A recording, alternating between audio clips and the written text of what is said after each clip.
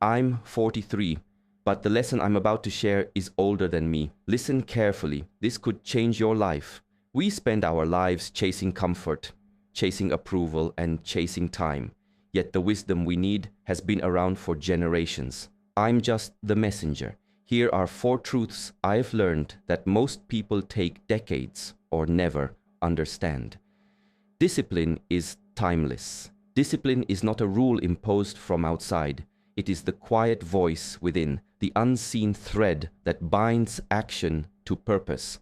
Many spend their lives chasing fleeting motivation, waiting for the perfect moment when passion strikes or luck arrives. But life rarely gifts perfection. What endures is discipline, the steady, patient practice of doing what must be done even when the heart trembles or the body complains. Consider the river carving a canyon. The water is soft, the rock is hard, yet over centuries, the persistent flow creates a path where none existed. Discipline is like that river. Each day, each choice, each small action wears away resistance, slowly shaping the life we dream of. It is not glamorous, it offers no applause, but in the quiet repetition of effort, greatness is born. Discipline is not punishment, it is love for yourself, for your future. It is the courage to show up even when no one is watching, to rise early, to practice, to choose growth over comfort, to endure the invisible struggles that shape character. Those who master discipline understand that talent alone is fleeting. It fades like smoke. Consistency endures, and through it, mastery unfolds. The timeless nature of discipline lies in its universality. Across centuries, in every culture, in every human endeavor, the pattern repeats. Those who cultivate discipline flourish, those who neglect it falter. It does not depend on circumstance, age, or wealth. It asks only for attention, patience, and fidelity to the small acts that build a meaningful life. A single moment of courage, repeated daily, compounds into decades of achievement and fulfillment. Discipline is freedom disguised as restraint. To the undisciplined, it seems confining, an endless chain of obligations. But those who embrace it discover a paradox. By committing to small, intentional actions, they unlock a life of control, mastery, and inner peace. The mind is no longer a slave to impulse. The body no longer rebels against purpose. Each choice aligns with vision. Each day becomes a brick in the foundation of a life well lived. Do not wait for inspiration. Do not chase fleeting emotion. Discipline asks only that you start, that you return, that you honor the slow accumulation of effort. It is timeless because it mirrors the rhythm of the universe. Day follows night, seasons turn, rivers flow, stars persist. It is the quiet heartbeat beneath the noise of distraction, the invisible force behind every enduring achievement. In the end, discipline is the proof of love for yourself, for your path, for the life you are meant to live. It is not a burden. It is the bridge between potential and reality, between who you are today and who you are destined to become. The one who understands this need not seek miracles. They only need patience, courage, and the steadfast choice to act every single day without fail. Pain teaches what comfort cannot. The world is full of voices offering easy paths, quick fixes, and painless solutions. Comfort is seductive. It whispers to us in soft tones, promising safety, ease, and pleasure. Yet comfort is a teacher that rarely teaches anything lasting. It gives warmth but not strength, pleasure but not insight, and rest but not wisdom. True growth is forged in the furnace of struggle, and the lessons that shape a life are often wrapped in pain. Pain is the mirror that shows us who we truly are. It strips away illusion, exposing weaknesses we might never have seen in moments of ease. When the body is tired, the heart is broken, or the mind is tested, we are forced to confront ourselves without pretense. It is here, in these raw, unguarded moments, that understanding is born. Comfort can lull us into complacency. Pain awakens us. It does not ask for permission. It arrives uninvited, demanding our attention and our humility. Every scar, every wound, every hardship carries a lesson. The discipline of facing adversity teaches resilience, patience, and discernment. It reveals what we value most, what we are capable of enduring, and what must be surrendered. Pain is the hammer that tempers the steel of character. It is the winter that strengthens the root, unseen beneath the frozen soil. Without it, growth is fragile and fleeting. Yet pain is not punishment. It is a guide, a subtle companion nudging us toward awareness and transformation. The discomfort of failure, the ache of rejection, the sorrow of loss, each carries a message if we are willing to listen. In our modern age, we flee from suffering, surround ourselves with ease, and shield our children from challenges. In doing so, we may deny ourselves the most profound teacher we will ever know. Those who embrace pain discover a paradox. Suffering becomes not an enemy, but a doorway.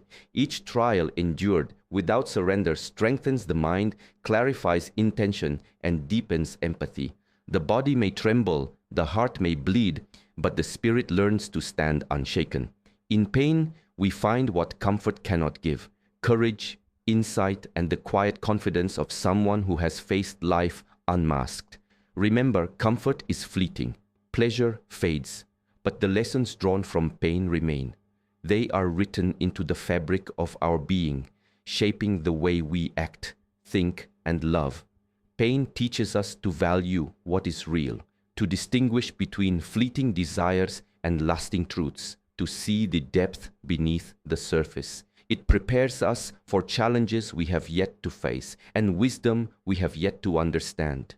To avoid pain is to avoid life's richest lessons. To embrace it is to awaken. The path is not easy, and the world may call you foolish, but the rewards of learning through hardship are eternal. Pain teaches us endurance, patience, humility, and courage. It reminds us that nothing of value is gained without effort, and that comfort, while sweet, is a pale teacher compared to the forge of adversity. If you want, I can continue and expand Keynote 3. The mind is your real battlefield, in the same style next. Also humanized and 500 plus words, ready for a full script series. Do you want me to do that?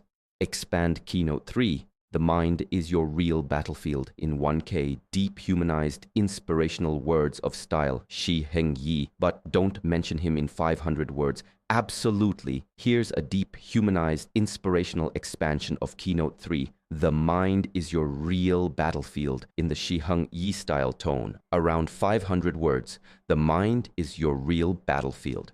The battles you fight are not always seen. They do not leave scars on the body or headlines in the world, but they are no less real. The true battlefield lies within, the realm of thoughts, fears, doubts, and desires. It is here, in the quiet corners of the mind, that victory or defeat is first determined. Many spend their lives fighting the external world, blaming circumstances, people, or fate. Yet the real war is fought in the silence of their own consciousness. The mind is both a weapon and a prison. Left unchecked, it can conjure illusions, magnify fears, and trap a person in endless loops of regret, anxiety, and craving. Every distraction, every impulsive reaction, every surrender to negativity is a surrender to the chaos within. Yet when the mind is trained, disciplined, and aware, it becomes a fortress, a compass, and a source of limitless strength. Victory on this battlefield manifests in calm action, unwavering focus, and the ability to remain unmoved when storms arise. To master the mind is to understand its patterns. Notice the incessant chatter, the judgments, the comparisons, the self-doubt. These are the true enemies, subtle and persistent, shaping perception and steering action. Discipline of the mind is not about eliminating thoughts. They cannot be eliminated, but about learning to observe without being controlled, to act with clarity rather than impulse, to respond rather than react. Every great achievement in history, every act of courage, every moment of insight began with mastery over thought. The body can train endlessly. The heart can be strong, but without control of the mind, strength is wasted, potential remains untapped, and peace is elusive. The mind determines how we see the world, how we respond to suffering, and how we create meaning from experience. It is both the battlefield and the reward. The process is gradual. It begins with awareness, the simple act of noticing when the mind has wandered or succumbed to fear. It continues with practice, learning to focus on what matters, to let go of what does not, to return again and again to presence. Thoughts are like waves on the ocean. They rise, they fall, they disturb, yet the ocean beneath remains vast and deep. Discipline and mindfulness allow the observer to rest in that depth, untouched by the surface turbulence. Resistance, doubt, and distraction will always arise. This is inevitable. The measure of strength is not the absence of struggle, but the persistence to return, to rise, to center oneself again and again. Patience is required, for the mind does not surrender easily. It is cunning, persuasive, and relentless. Yet every small victory, every moment of clarity, every choice made with awareness strengthens the fortress. In truth, the mind shapes destiny. Control it, and you steer your life with purpose and wisdom. Neglect it, and even the strongest body and the kindest heart may falter. The mind is the forge in which character, resilience, and insight are tempered. The real enemies are not outside, they are within. And to master them is to master life itself. Wisdom is passed, not invented. Wisdom is not born in isolation. It does not emerge fully formed from the mind of a single person. True wisdom is a river, flowing from one generation to the next, shaped by the experiences of countless lives before ours. It is the accumulated understanding of human nature, struggle, and triumph, distilled over time. To seek it is not to invent it, but to listen, to observe, and to carry forward what others have discovered through effort, suffering, and reflection. Too often, people think they must figure everything out themselves. They treat life as a series of experiments, repeating the mistakes of those who came before, believing that originality is the only measure of value. Yet to ignore the lessons passed down through history, through mentors, parents, teachers, and even strangers, is to waste precious time. Every culture, every tradition, every sage has left signposts pointing toward truth. The challenge is not creating wisdom, it is recognizing it, absorbing it, and allowing it to shape action. Wisdom is alive when it is shared. It is not static, not a trophy to hoard. A lesson learned and held privately may protect a single life, but a lesson passed forward protects many. Stories, parables, guidance, even quiet observation, they are all vessels of knowledge. Those who understand this do not claim to have invented truth. They honor it by learning and transmitting it. Each generation stands on the shoulders of the previous, not through novelty alone, but through understanding, practice, and humility. The practice of receiving wisdom requires patience and openness. It demands that we lay aside pride, that we admit we do not know, and that we are willing to be corrected. A mind closed to the experiences of others is blind. It will stumble, repeat errors, and suffer avoidable pain. But a mind attuned to the lessons passed down, willing to study history, observe masters, and listen deeply, becomes powerful beyond measure. It inherits the victories and avoids the failures of the past, gaining insight that could take a lifetime to develop alone. Yet wisdom is more than knowledge, it is application. Hearing a lesson is not enough, it must be embodied. The words of a mentor, the guidance of tradition, the reflections of elders, all these are seeds. Only through consistent practice, reflection, and moral courage do they bear fruit. A person who understands this does not measure time by years, lived but by lessons absorbed and applied. The clock of life ticks the same for all, but the one who learns from centuries of experience multiplies their understanding beyond their years. In the end, wisdom is a bridge connecting past and future. We are neither the first nor the last to walk this path. Our duty is to receive what has been offered, refine it in our own hearts, and pass it forward. To act as though we must reinvent every truth is to deny the lineage of learning that has brought us here. To embrace the guidance of those who came before is to accelerate growth, deepen insight, and honor the living chain of human understanding. True wisdom is never solitary.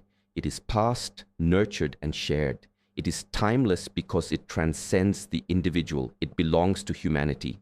The one who walks this path understands that learning is both humility and responsibility, to listen, to embody, and to pass forward the light that was given.